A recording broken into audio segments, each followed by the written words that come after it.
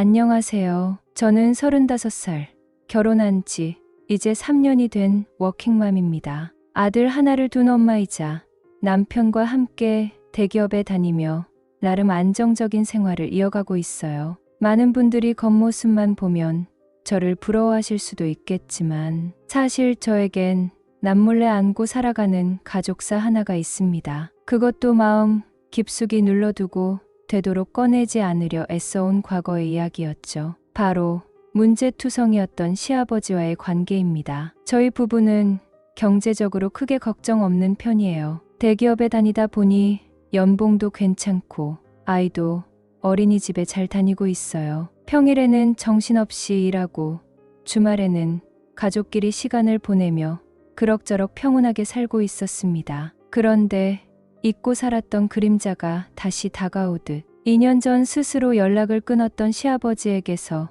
예상치 못한 연락이 온 거예요. 더 놀라운 건 그 전화가 남편도 아닌 저에게 직접 왔다는 점이었습니다. 정말 황당하고 당혹스러웠어요. 이 사람은 자식에게조차 연락하기 미안했는지 하필이면 며느리인 저에게 손을 뻗어온 것이었죠. 그날도 평범한 하루였어요. 직장에서 회의를 마치고 잠시 쉬고 있는데 낯선 번호로 전화가 걸려왔어요. 처음엔 광고 전화려니 하고 받았는데 소화기 너머로 들리는 그 익숙하면서도 듣기 싫은 목소리에 저는 소름이 돋았습니다. 나야, 아버지다. 아주 짧은 한마디였지만 제 심장은 덜컥 내려앉았고 숨이 턱 막히더군요. 두 손에 땀이 흥건하게 고이고 갑자기 심장이 빨리 뛰기 시작했어요. 도망치고 싶은 기분이었죠. 그 목소리를 듣는 순간 지난날의 기억들이 순식간에 떠올랐습니다. 술에 취해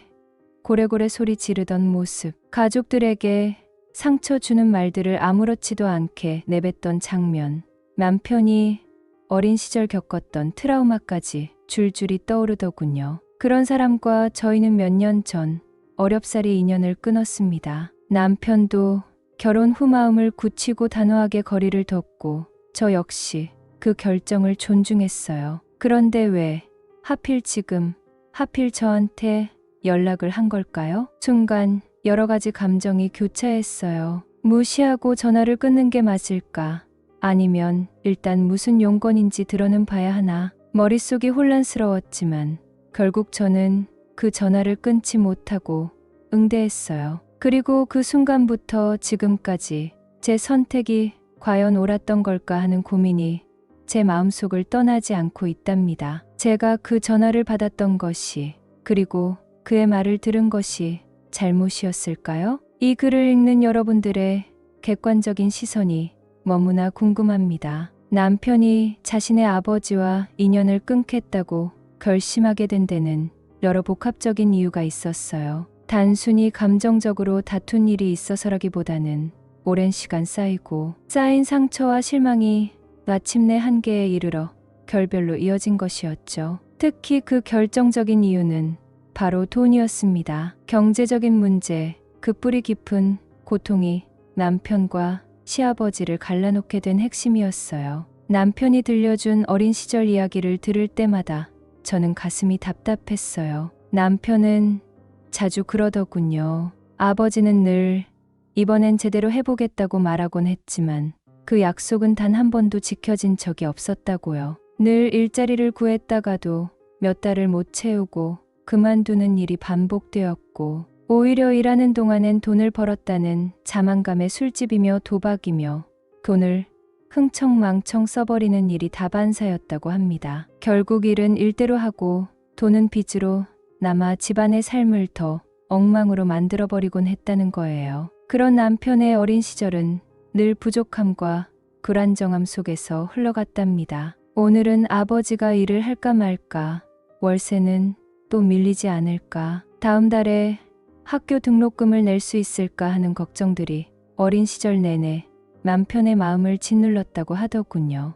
아버지라는 존재는 든든한 기둥이어야 하는데 남편에겐 그저 시한폭탄 같은 존재였어요. 언제 터질지 모르는 감정의 폭발, 언제 다시 방황할지 모르는 무책임한 가장. 그 아래에서 자란 남편은 성인이 되고 나서야 겨우 숨을 돌릴 수 있었답니다. 그런 아버지를 보며 시어머니는 더 이상 기다릴 수 없었다고 합니다. 신혼 초반만 해도 사랑했던 감정이 남아 있었겠지만 몇 번의 배신과 말뿐인 다짐 속에서 점점 현실에 굴복하게 되신 거죠. 시어머니는 중학교를 졸업하고 오빠 뒷바라지만 하며 살았던 분이었는데 결혼하고 남편의 무능함과 무책임함에 부딪히자 결국 젊은 시절 다니다 끊었던 공장에 다시 발을 들이셨답니다. 아무런 기술도 없었기에 남들보다 2배, 3배는 힘들게 몸을 써야 했고 집안 살림은 물론 아이들 교육까지 모두 도맡아야 했죠. 게다가 시아버지는 일 안 하고 집에 있는 날이 더 많았는데 그럴 때마다 술을 마시고 시비를 걸고 밖에서 여자 문제까지 얽혀 들어와 시어머니 속을 한없이 썩이곤 했다고 해요. 이쯤 되면 시어머니가 왜 그렇게 강한 사람이 되었는지 또 왜 시아버지 이야기가 나오면 치를 떠시는지 조금은 이해가 되더군요. 집안 어른으로서 책임은커녕 고통만 안겨준 남편의 아버지는 그렇게 가족, 구성원 모두에게 깊은 흉터를 남겼습니다. 그래서 남편은 결혼 후 더는 그런 사람과 연을 이어갈 수 없다고 판단했죠. 더 이상은 부모라는 이유만으로 참을 수 없다고 가족이기에 오히려 단절이 필요하다고 말했어요. 그 말이 얼마나 힘들게 나온 결론이었을지는 그간의 얘기를 들은 저라면 충분히 짐작할 수 있었습니다. 그리고 저 역시 그 선택을 지지했습니다. 남편을 지키고 싶었고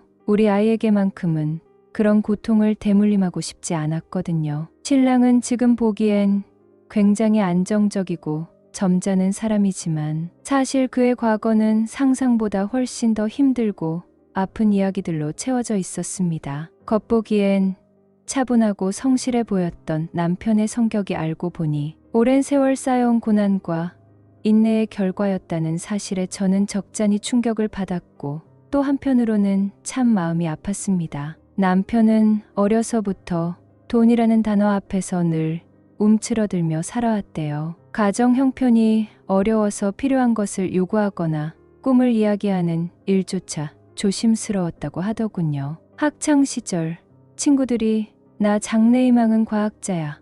나는 미술을 전공하고 싶어 하고 당당히 말할 때도 신랑은 차마 입을 열지 못했답니다. 그저 돈이 되는 길이 무엇일까? 어떻게 해야 가족에게 부담이 되지 않을까? 그런 고민만 머릿속에 가득했대요. 아이답지 않은 생각을 하며 자랐던 거죠. 그렇게 남편은 자신이 정말 하고 싶은 일이 무엇인지를 한 번도 진지하게 고민해보지 못한 채 돈이 되는 방향으로 실용적인 선택을 계속 이어가야 했어요. 그런 삶이 쌓이다 보니 어느새 그는 자기 감정을 숨기고 타인의 기대에 맞춰 사는 게 습관이 되어버렸다고 하더군요. 무엇보다 남편은 늘 무책임한 아버지를 대신해 조숙해질 수밖에 없었대요. 밖에서 실컷 놀고 들어와선 집안에 소란을 일으키는 아버지를 보며 어린 마음에 나는 절대 저렇게 살지 말아야지 하고 다짐했답니다. 초등학교 때부터 용돈을 아껴 엄마 약값을 보태고 중학생 때는 친구들처럼 놀지 못하고 방과 후에는 동생을 돌보며 시간을 보냈대요. 그 시간들이 남편을 강하게 만들긴 했지만 동시에 너무 일찍 철이 들어버린 탓에 마음 한구석엔 늘 외로움과 억울함이 자리하고 있었던 것 같았어요. 그래서 저는 남편이 말없이 고개를 끄덕이는 모습만 봐도 가끔은 눈물이 나더라고요. 처음엔 저는 남편을 단지 속이 깊은 사람이라고 생각했었죠. 어떤 일이 있어도 화를 내거나 목소리를 높이지 않고 제 푸념이나 짜증도 그냥 묵묵히 들어주던 모습이 인상 깊었거든요. 저는 부모님의 사랑을 충분히 받고 자란 사람이에요. 하고 싶은 것도 많았고 표현도 자유롭게 하며 자랐습니다. 그래서 결혼 초엔 남편에게 제 감정을 마음껏 쏟아내기도 했고 저도 모르게 이기적으로 굴 때도 많았던 것 같아요. 작은 일로 성질을 내고 말도 거칠게 했던 기억이 여러 번 있습니다. 그런데 남편은 단 한 번도 저를 탓하거나 불편하다는 내색을 하지 않았어요. 그때는 그저 저를 사랑해서 참아주는 줄만 알았는데 나중에 남편의 지난 삶을 알고 나니 그 모든 침묵이 사실은 참는 것, 견디는 것이 몸에 밴 결과였다는 걸 깨닫게 되었어요. 너무 일찍부터 감정을 누르고 살아서 이제는 화내는 법조차 잊은 사람 같더라고요. 그걸 알고 나니 저는 정말이지 가슴이 미어졌습니다. 이 사람은 사랑받고 응석도 받아줘야 했을 어린 시절에 사랑 대신 인내를 배운 거였더라고요. 그런 남편에게 제가 무심코 상처를 준 적이 많았다는 사실이 너무 미안했어요. 그래서 요즘은 남편에게 고맙다는 말도 미안하다는 말도 더 자주 하려고 노력하고 있어요. 이 사람은 그럴 자격이 충분한 사람이니까요. 신랑과 연애를 하던 시절 우리는 가끔씩 일에 대한 이야기를 나누곤 했습니다. 주로 어디서 살고 싶은지, 아이는 몇 명쯤 낳을 건지, 신혼여행은 어떤 곳으로 가고 싶은지 같은 가벼운 상상이었지만 그 속엔 서로에 대한 진심이 담겨 있었어요. 그런 시간이 쌓이면서 자연스럽게 결혼이라는 단어가 우리 사이에 자주 오르내리기 시작했죠. 그런데 바로 그 시점에 큰일이 벌어졌습니다. 신랑의 어머니, 즉 저희 시어머니께서 돌아가신 거예요. 시어머니는 오랫동안 병을 앓으셨던 분이셨습니다. 처음엔 가벼운 증상이라 생각했던 병이 점차 악화되면서 결국 장기적인 투병으로 이어졌고 그 긴 시간 동안 병원과 집을 오가며 신랑은 엄청난 정서적, 경제적 부담을 감내하고 있었더군요. 시어머니가 병원에 입원해 계신 동안에도 신랑은 직장 생활을 병행하면서 하루하루를 버티듯 살아가야만 했답니다. 병원비며 약값, 간병비에다 기본적인 생활비까지 모든 것이 신랑의 어깨에 올려진 채였어요. 그렇게 몇 년을 혼자 버텨왔기에 당연히 신랑의 통장엔 결혼 자금을 마련할 만큼의 여유가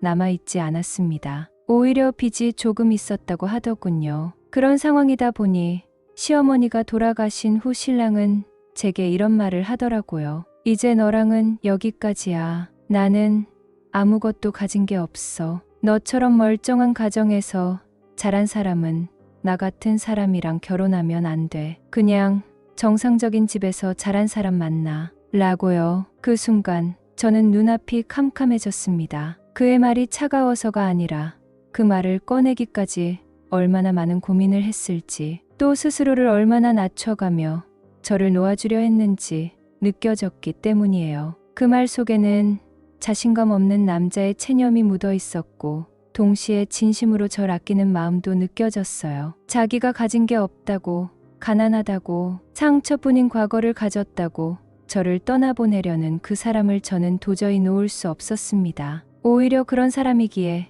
저는 더욱 붙잡고 싶었어요. 그래서 저는 말했어요. 당신이 가진 게 없어도 난 괜찮아. 내가 가진 게 당신이야. 우린 함께 만들면 되잖아. 라고요. 그 순간 신랑의 눈시울이 붉어졌던 걸 지금도 잊을 수 없어요. 아무 말도 하지 못하고 고개를 떨구며 조용히 눈물을 훔치던 그의 모습은 아마 제 인생에서 가장 슬프고도 아름다운 순간이었던 것 같아요. 그렇게 저는 신랑의 손을 꽉 붙잡았고 우리의 결혼은 그렇게 시작됐습니다. 돌이켜보면 그때 저는 정말 아무런 계산도 없이 신랑과 결혼을 선택했어요. 많은 사람들이 사랑만으로는 안 된다고 말하지만 저는 그 사람의 지난 시간과 진심을 믿었고 그 마음이 어떤 부유함보다 더 단단한 믿음이 되어줄 거라 생각했거든요. 그렇게 저는 선택했고 지금도 그 선택을 후회한 적은 단 한 번도 없었습니다. 신랑에게는 형님, 그러니까 저에게는 아주버님 되는 분이 한 분 계십니다. 형제는 둘뿐이에요. 그런데 그 아주버님이란 분은 참 뭐라 말하기 어려운 인생을 살아오신 분입니다. 원래는 공부를 곧잘 하셨다더군요. 어려서부터 부모님의 기대를 한몸에 받으며 자라셨고 장래 희망도 뚜렷했답니다. 대학을 졸업하고 나서는 공무원이 되겠다고 했는데 문제는 그 시기가 너무 길어졌다는 거예요. 20대 초반부터 시작된 준비가 30대 중반이 되도록 끝이 나지 않았고 그러다 보니 결국 아무 일도 하지 못한 채 긴 시간 동안 시험 준비생이라는 이름으로 시간을 보내게 되었죠. 결과적으로 시험은 되지 않았고 그 뒤로는 삶을 되는 대로 흘려보내는 듯 하더군요. 한때는 공시생으로 또 한때는 부모님 등골 브레이커로, 그리고 지금은 그냥 하루하루 살아가는 사람으로 남아 있습니다. 제가 신랑과 연애하던 시절에도 아주버님 이야기는 종종 나왔습니다. 신랑은 말을 아꼈지만 형을 걱정하는 마음은 늘 느껴졌어요. 무능하다고 욕하지도 않았고 대신 형이 너무 오래 방황해서 안타깝다고 했죠. 그걸 보면서 저는 이 남자가 가족에 대한 책임감이 깊은 사람이라는 걸 알 수 있었어요. 그런데 시어머니가 돌아가시기 불과 몇 달 전 신랑에게 큰 변화가 생겼습니다. 원래는 중견기업에서 일하고 있었는데 그때 마침 좋은 기회가 생겨서 대기업으로 이직하게 되었어요. 정말 열심히 준비하고 도전한 결과였고 그만큼 자랑스러운 일이었죠. 월 실수령액이 세후 4천 정도 되었는데 그 중에서 매달 100만 원 정도를 시댁에 보내고 있었습니다. 아직 시어머니가 살아계셨던 때였고 생활비는 물론 아주버님 몫도 포함된 돈이었겠지요. 저는 처음엔 몰랐습니다. 결혼 후에도 계속 보내고 있다는 걸 알게 된 건 어느 날 우연히 신랑이 핸드폰으로 송금 내역을 확인하는 걸 봤을 때였어요. 솔직히 말해서 그 금액이 적은 돈은 아니었어요. 하지만 저는 신랑에게 그걸 가지고 뭐라고 하지 않았습니다. 오히려 그때 느꼈던 건 존경이었습니다. 신랑은 어릴 때부터 집안을 실질적으로 책임지고 살아온 사람이었고 지금도 그 역할을 내려놓지 않고 있었거든요. 신랑 스스로 당연하다는 듯 행동했다면 저는 오히려 신랑을 말렸을지도 몰라요. 아무리 가족이라지만 결혼 후엔 새로운 가정이 더 우선이어야 하니까요. 그런데 신랑은 그러지 않았습니다. 그 돈을 보낼 때마다 저를 바라보는 눈빛엔 항상 미안함이 담겨 있었고 제가 눈치라도 챌까봐 슬쩍 피하는 모습이 보였어요. 말을 하진 않았지만 미안하다, 이해해줘라는 마음이 고스란히 전해졌죠. 저는 그 눈빛을 보고 그 사람을 더 사랑하게 되었어요. 그래서 말했어요. 오빠, 나 그런 거 신경 안 써. 그렇게까지 눈치 보지 않아도 돼. 하고 싶은 대로 해. 당신이 그런 사람이니까 내가 결혼한 거야. 라고요. 그 말에 신랑은 고개를 푹 숙이고 잠시 말을 잇지 못했죠. 그리고는 조용히 제 손을 잡더군요. 손이 참 따뜻했어요. 그 온기가 제 마음까지 데워졌고 그 순간 알았어요. 이 사람은 나와 결혼했지만 가족을 버린 사람이 아니구나. 오히려 어떻게든 자기 몫의 책임을 다하려는 너무 착해서 탈인 사람이구나 싶었죠. 사실 결혼 전에는 저도 그런 남자의 무게를 다 감당할 수 있을까 걱정이 들었어요. 형은 무직이고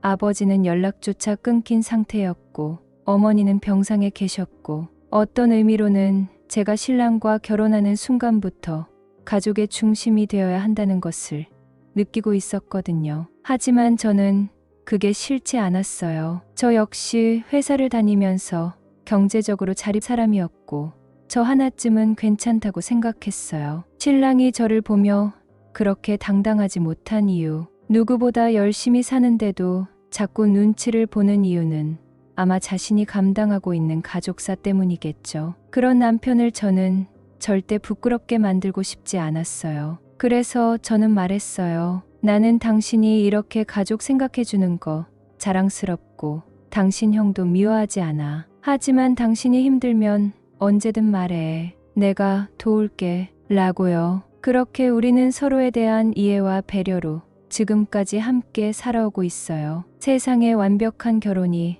어디 있겠어요. 결국은 서로 이해하고 감싸주고 함께 짐을 나눌 수 있느냐가 중요한 거죠. 저희가 결혼을 준비하던 무렵이었습니다. 미래에 대한 설렘과 기대 속에서 하나씩 준비해 나가던 어느 날 신랑이 어두운 얼굴로 저에게 털어놓은 이야기가 있었어요. 시아버지께서 갑자기 신랑에게 사업 이야기를 꺼내셨다는 겁니다. 처음에는 새로운 아이템이 있는데 이게 정말 잘 될 것 같다며 자신만만하게 말씀하셨대요. 신랑은 아버지의 그런 제안을 듣고 처음엔 조금이라도 기대를 했다고 하더군요. 비록 어릴 적부터 아버지의 무책임한 모습에 실망해왔지만 혹시나 이번엔 진심으로 뭔가를 해보려는 건가 싶었다고 했어요. 그래서 신랑은 어렵게 모은 돈 중 일부를 떼어드렸습니다. 결혼을 앞두고 큰 돈이 필요할 때였지만 그래도 아버지니까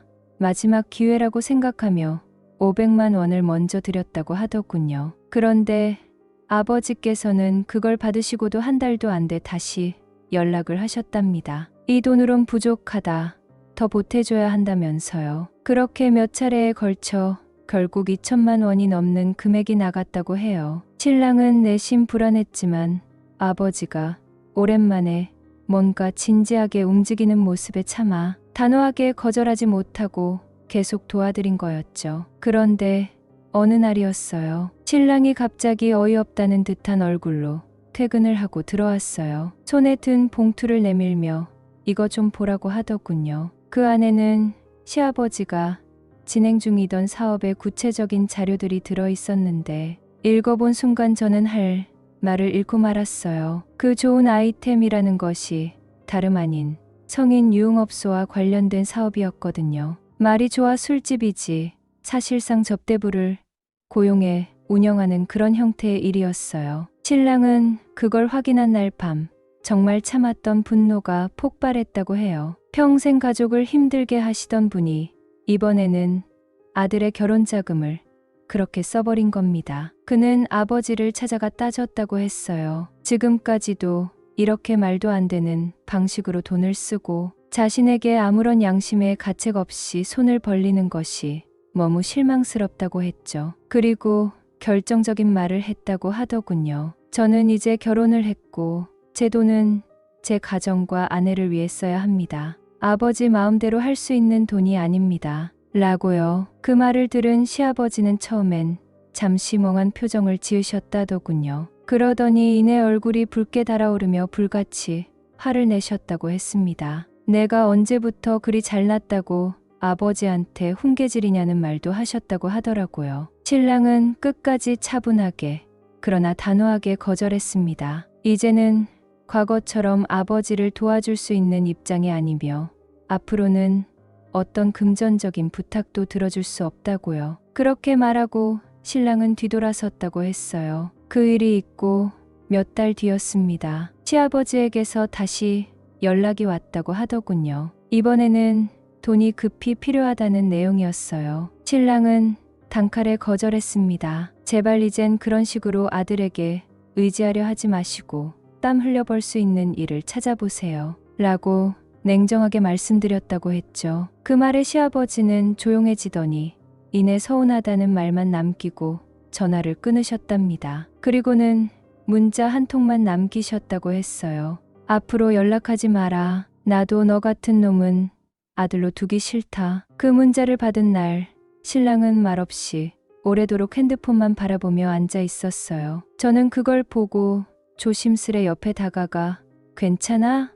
하고 물었는데 신랑은 겨우 웃으며 고개를 끄덕였어요. 괜찮아. 이럴 줄 알았어. 내가 너무 오래 참아왔던 거니까. 그렇게 말하는데 저는 그 순간 신랑 마음에 쌓여있던 깊은 상처가 느껴졌어요. 이건 단순한 돈 문제를 넘어서 아버지에게서 사랑을 받고 싶었던 어린 날의 기대와 그것이 깨진 상처까지 함께 묻어있는 것처럼 느껴졌거든요. 그날 밤 저는 조용히 신랑 손을 꼭 잡아주었어요. 말로는 다 해줄 수 없지만 이제 당신 곁엔 내가 있다는 걸 알려주고 싶었거든요. 그리고 그 손을 놓지 않으려고 다짐했네요. 신랑은 시댁 이야기, 특히 시아버지와 관련된 돈 문제를 꺼낼 때마다 말수가 줄어들었습니다. 처음엔 그냥 답답해서 그래 라며 운을 떼긴 했지만 이야기가 조금씩 진행되면 말끝을 흐리고 조용해지기 일쑤였어요. 그럴 때마다 저는 듣는 데에만 집중했습니다. 사실은 저도 목구멍까지 차오르는 말을 꾹 참고 있었죠. 도대체 그분은 어떻게 아버지라는 이름을 달고 그런 짓을 할 수 있지라는 분노가 목 끝까지 올라오곤 했거든요. 하지만 그런 말이 제 입에서 나오면 신랑 마음에 또 하나의 상처가 될까봐 아무 말도 하지 않았습니다. 속은 끓어도 내색하지 않고 그냥 고개만 끄덕이며 그랬구나 하며 넘기는 날들이 반복됐죠. 신랑도 알았을 거예요. 제가 그냥 들어주기만 하는 이유가 무엇인지. 그래서 더 이상은 자기 입으로 말하고 싶지 않은 듯 대화를 그만두곤 했습니다. 저도 더 묻지 않았고요. 어느새 우리 부부의 대화에서는 시댁 이야기가 빠지게 되었어요. 안 꺼내면 마음 편하고 꺼내봤자 불편한 감정만 남았으니까요. 그렇게 우리 부부는 암묵적으로 시댁이라는 주제를 입 밖에 내지 않기로 한 듯 했어요. 그러는 사이에 우리 아이가 태어났고 아이가 자라는 모습을 바라보는 것만으로도 하루하루가 감사했어요. 처음으로 옹알이를 시작하고 처음으로 뒤집고 처음으로 한 걸음 내딛는 그 모든 순간들이 신랑에게도 저에게도 치유처럼 다가왔습니다. 그 사람의 과거, 그 사람의 상처, 그 사람의 집안과 아무 상관없이 우리는 부모가 되었고 사랑으로 가득한 가족을 이루어가고 있었거든요. 시아버지라는 존재는 더 이상 우리 삶에서 의미가 없어졌다고 그렇게 믿고 싶었어요. 그런데 시아버지와 단절된 시간이 2년이 넘어가면서 바깥에서 들려오는 목소리가 점점 커졌습니다. 어느 날 신랑 핸드폰에 문자 알림이 떴는데 화면에 큰어머님이라는 이름이 보이더군요. 얼핏 봤지만 아버지가 많이 늙고 이렇게 외면해도 되니 같은 문구가 눈에 들어왔어요. 저는 아무 말 하지 않았습니다. 신랑이 그런 메시지를 받아도 일부러 저한테는 얘기하지 않으려고 하거든요. 마음이 복잡하겠구나 그런 생각이 들었죠. 저는 그냥 조용히 있었지만 속으로는 또 다른 걱정이 시작됐습니다. 혹시 이 일로 신랑이 또 힘들어지지 않을까 싶어서요. 신랑은 그 뒤로 며칠 동안 유난히 말수가 줄었고 멍하게 창밖을 바라보는 시간이 많아졌습니다. 분명히 겉으로는 아무렇지 않은 척하고 있었지만 저는 알 수 있었어요. 이건 그 사람이 안에서 끙끙 앓고 있다는 증거였거든요. 결국 어느 저녁 식탁에서 조용히 밥을 먹던 신랑이 젓가락을 내려놓더니 말했어요. 큰어머님이 또 연락 왔어. 아버지 요즘 많이 아프시대. 그 말을 하면서도 눈빛은 동요하지 않으려 애쓰고 있었죠. 저는 입술을 꾹 다물고 고개만 끄덕였어요. 무슨 말을 해도 신랑에게는 상처가 될 것 같았거든요. 어떤 말은 진심이 아니라도 듣는 순간 쑤시는 비수가 되기도 하잖아요. 그래서 저는 그저 손만 내밀어 신랑의 손을 감쌌습니다. 그 손이 너무 차가워서 가슴이 철렁했네요. 얼마나 혼자서 끙끙 앓았으면 그 따뜻하던 손이 그렇게 얼어붙었을까 싶어서요. 그날 밤 저는 잠이 오지 않았습니다. 신랑도 뒤척이다 결국 거실로 나가 조용히 앉아 있었고요. 시아버지라는 사람, 그 이름 석자가 우리 부부에게 얼마나 지독한 그림자로 남아있는지 새삼 실감했어요. 정말 끊어내고 싶었던 이름인데 이렇게까지 무게를 남기고 따라올 줄은 몰랐거든요. 신랑이 조용히 제게 말을 꺼냈습니다. 아버지와 다시 연락을 하게 되면 분명히 아버지는 또 자기에게 기대려 할 것이고 결국 그 모든 부담은 자기 몫이 될 거라고 했습니다. 그 말투엔 이미 단념과 체념이 섞여 있었어요.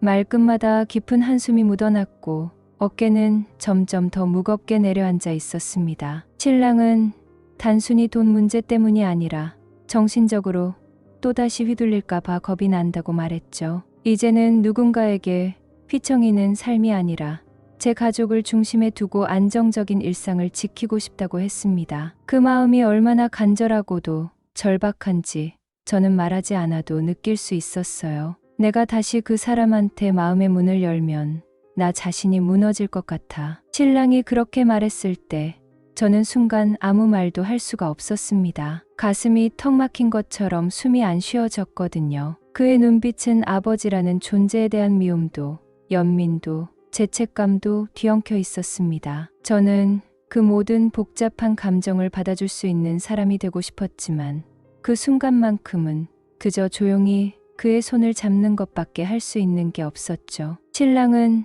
조심스럽게 계속 말을 이어갔습니다. 아버지는 늘 그렇게 살아왔고 이제 와서 갑자기 달라질 사람이 아니야. 내가 도와주면 그걸 당연하다고 생각할 사람이지. 미안하다. 당신한테까지 이런 부담 지우고 싶진 않았는데 저는 고개를 저었어요. 미안하단 말이 왜 나와야 하나 싶었습니다. 정작 미안해야 할 사람은 따로 있는데 지금 이 자리에 없는 그 사람은 세상 편하게 살고 있고 제 옆에서 애써 고개를 숙인 사람만 죄인처럼 살아가는 현실이 너무 원망스러웠어요. 한참을 말없이 앉아 있다가 저는 조심스럽게 입을 열었습니다. 오빠 말이 다 맞아. 오빠가 감당해야 할 게 아니야. 나도 오빠 말에 동의해. 그 말밖에 할 수 없었습니다. 사실 속으로는 수십 가지 말이 맴돌았어요. 왜 꼭 오빠가 책임져야 해? 왜 당신의 인생은 늘 희생이 전제되어야 해? 이런 말들요. 하지만 그 순간 신랑에게 필요한 건 판단이나 조언이 아니라 있는 그대로 그의 선택을 존중해줄 누군가였어요. 그래서 저는 그가 옳다고 말해주고 그의 손을 잡아주고 그의 등을 토닥이는 사람이 되기로 했습니다. 그날 밤 신랑은 그간 감추고 눌러뒀던 감정을 처음으로 꺼내 놓았고 저는 그 말을 온전히 들었습니다. 말은 적었지만 마음은 꽉 찼던 밤이었어요. 누군가에게 기대지 않고 평생을 견뎌온 사람의 무거운 결정을 저는 가볍게 여길 수 없었습니다. 그냥 내 생각대로 해도 돼? 라고 조심스레 물었던 신랑에게 저는 단호하게 말했어요. 응, 오빠 생각이 맞아. 그게 정답이야. 사실 그건 단순히 그의 결정을 지지한다는 의미만은 아니었습니다. 저는 그를 믿는다는 뜻이기도 했어요. 어떤 선택을 해도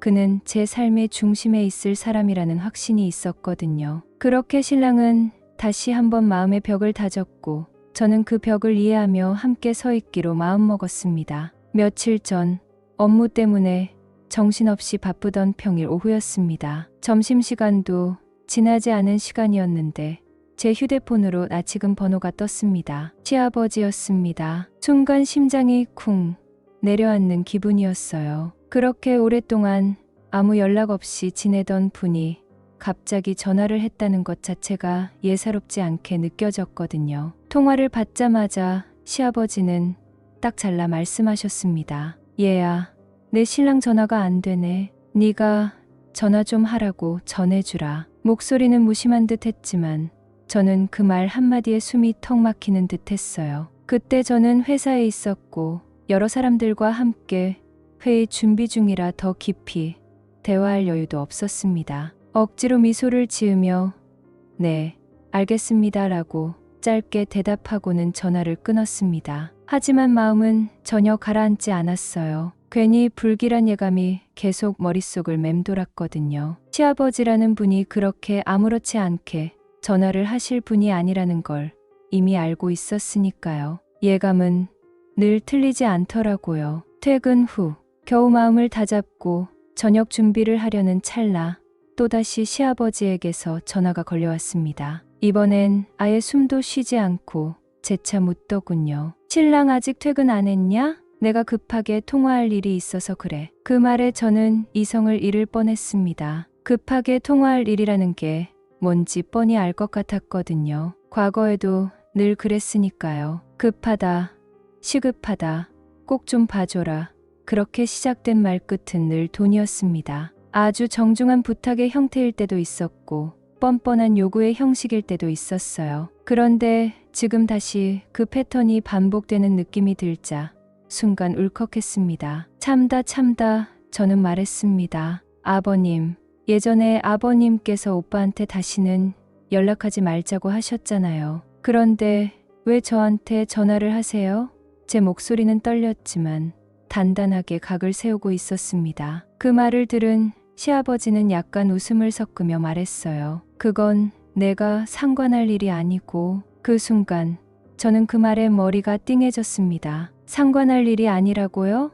저는 차분하게 그러나 단호하게 말을 이었습니다. 제가 신랑의 와이프입니다. 그리고 집안의 가장이에요. 신랑이 무슨 이유로 아버님과 연락을 끊었는지 누구보다도 잘 알고 있어요. 그리고 아버님이 전화하셔서 급한 일이라는 것도 대충 감이 옵니다. 돈 얘기하시려는 거잖아요. 그런 얘기를 들으면서 제가 왜 상관이 없습니까? 제 말투에 힘이 실렸던 모양인지 잠시 정적이 흘렀습니다. 시아버지는 한숨을 크게 쉬더니 목소리를 높여 말했습니다. 애비가 어렵다는데 자식이 도와줘야지. 그걸 가지고 내가 왜 이따위로 말하냐?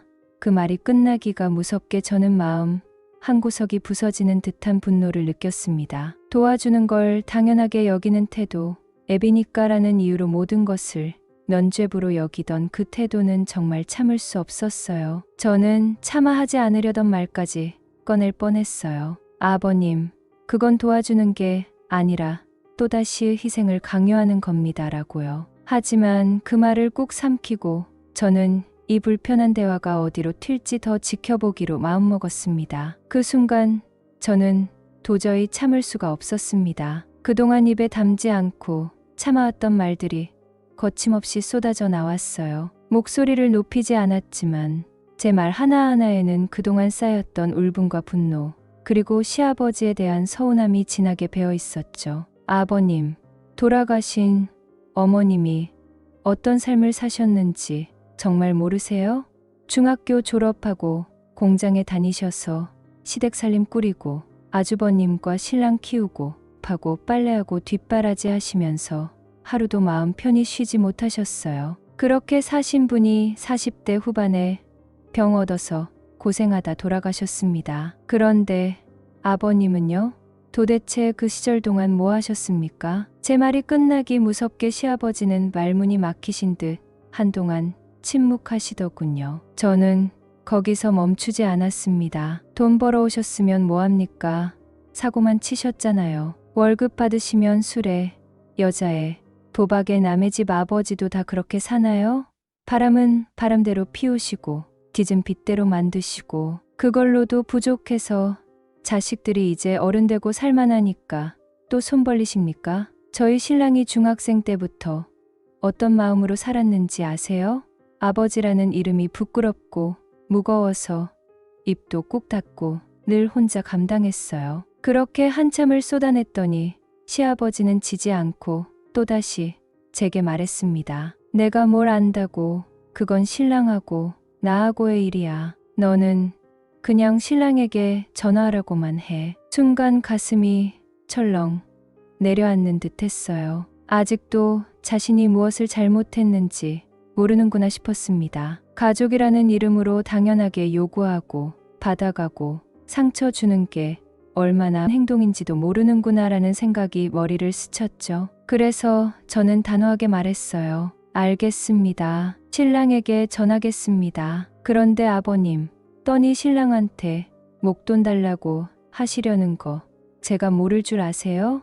신랑은 이제 겨우 어릴 때의 상처를 이겨내고 정상적인 가정을 만들고 있는 중입니다. 절대 흔들리게 놔두지 않을 거예요. 아버님의 그런 요구, 신랑은 이제 더 이상 들어주지 않을 거예요. 저는 그걸 확실히 교육시켜서 오히려 아버님께 전화는 들이대 안부만 묻고 바로 끊으라고 하겠습니다. 제 말은 마치 벽에 대고 외치는 것처럼 반응 없이 흐르고 흘렀지만 적어도 제 마음은 후련했어요. 늘 참기만 했던 며느리가 아닌 제 가정을 지키기 위해 목소리를 낸 엄마로서, 그리고 한 사람의 아내로서 제 역할을 했다고 느꼈거든요. 대화가 끝나고 나서도 한동안 손이 떨리고 가슴이 뛰었지만 후회는 없었습니다. 오히려 속이 후련하더군요. 신랑이 퇴근해서 현관문을 열고 들어온 순간 저는 시아버지와의 통화 내용을 자세히 이야기해줬습니다. 평소 감정 표현을 잘 안 하는 사람이었지만 이번엔 얼굴빛이 확 변하더라고요. 두 주먹을 불끈 쥐고 거실을 서성이던 신랑은 말없이 휴대폰을 들더니 시아버지에게 바로 전화를 걸었습니다. 전화 연결음이 2번 울리고 나자마자 신랑이 묻더군요. 아버지, 이번엔 또 얼마 필요하세요? 저도 숨을 죽이고 듣고 있었는데 전화기 너머로 신랑의 얼굴이 점점 굳어졌습니다. 그러고는 조용히 듣고 있던 신랑이 순간 폭발하듯 외쳤어요. 500이요? 500이 또 왜 필요합니까? 아버지, 신랑의 목소리가 떨리고 있었습니다. 억눌러왔던 분노가 임계점을 넘은 것이죠. 도대체 아버지는 왜 이러세요?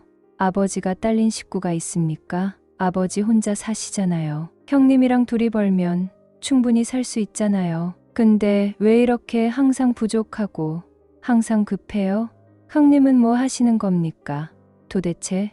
신랑은 목소리를 높이면서도 끝내 오열은 하지 않았습니다. 그걸 참으려고 애쓰는 모습이 오히려 더 안쓰럽게 느껴졌어요. 이어서 신랑은 낮은 목소리로 단호하게 말을 이었죠. 아버지, 저 이제 정말 지겹습니다. 저 아버지 인생까지 책임질 만큼 강하지 못해요. 그리고 저 지금까지 할 만큼 했습니다. 제 인생에서, 제 가족에서 아버지라는 존재는 더 이상 짐으로 남아선 안 됩니다. 잠시 숨을 고른 신랑은 마지막 말처럼 덧붙였어요. 다시는 저한테 연락하지 마세요. 고모님, 큰엄마 통해서 전화하게 하시는 것도요. 저 이제 못 받습니다. 아버지께서 나중에 몸이 아프시든 어려우시든 그땐 형님께 의지하세요. 전 더 이상 못하겠어요. 그렇게 말하고 신랑은 전화를 툭 끊었어요. 휴대폰을 식탁 위에 던지듯 내려놓고는 한참을 말없이 앉아 있었죠. 저는 옆에서 그 모습을 바라보며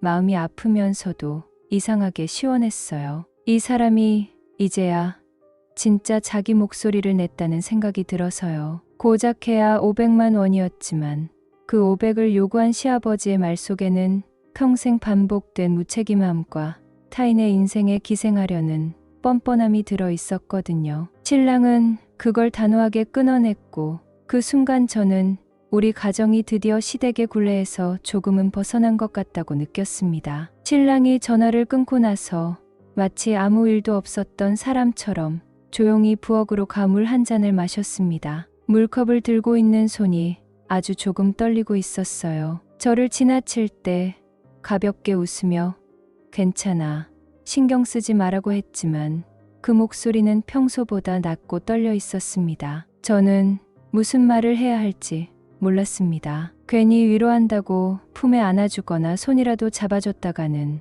신랑이 무너질 것만 같았거든요. 그래서 일부러 아무렇지도 않은 척 식탁 정리를 하며 말을 아꼈습니다. 사실은 제가 더 울고 싶었어요. 이 사람 마음속에 얼만큼의 상처가 쌓여 있었는지, 그리고 오늘 그게 얼마나 많이 터져 나왔는지 느껴졌으니까요. 며칠이 지나고 나니 마음 한편이 또 복잡해지더군요. 신랑은 그날 이후로도 평소처럼 출근하고 퇴근했지만 왠지 모르게 피곤한 기색이 짙었어요. 괜찮다고 말하면서도 혼자만의 시간을 자주 갖더라고요. 그 모습을 보면서 제 마음도 무거워졌습니다. 괜히 제가 먼저 전화를 받았던 건 아닐까, 괜히 오버해서 시아버지에게 감정을 쏟아낸 건 아닐까 자책도 하게 됐어요. 아무리 시아버지가 그간 문제를 많이 일으킨 분이라 해도 그래도 신랑에게는 피 한 방울이라도 이어진 아버지인데 제가 너무 선을 넘은 건 아닐까 하는 생각이 들더라고요. 그런데 신랑은 오히려 저에게 내가 잘했어,